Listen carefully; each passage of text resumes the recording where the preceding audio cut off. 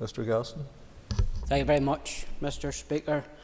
During last Wednesday's meeting of the Executive Committee, the First Minister launched a grotesquely offensive attack on my character.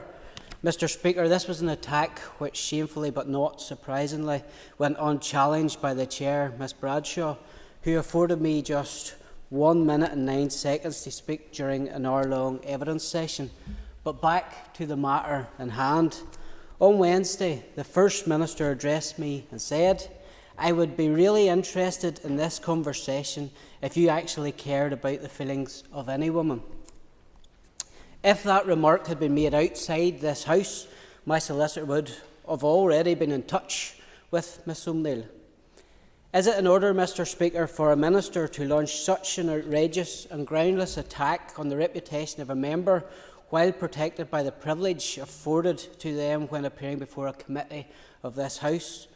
Furthermore, Mr Speaker, will you require the First Minister to appear before the Assembly and apologise publicly and withdraw her scurrilous accusation?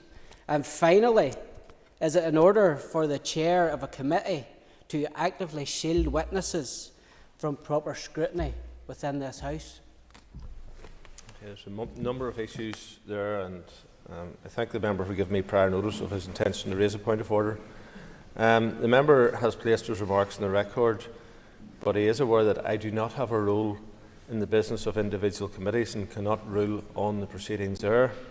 Whether in a committee or in the chamber, the Chair does have a number of different factors to manage, and for my part, I direct the member, indeed all members, to remarks I made in this Chair on the 8th of April 2024.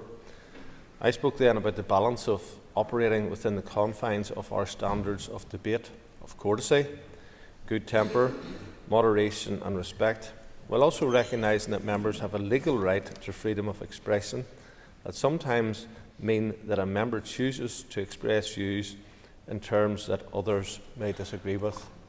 I may vehemently disagree with many of the views expressed in this chamber, but I will fight for the right of each member to express their views, provided that they're within the confines that I have outlined above this.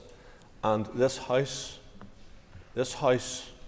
is responsible for holding ministers to account, be it in this chamber or be it in the committee, and this House does that on behalf of the people that elect people to this House.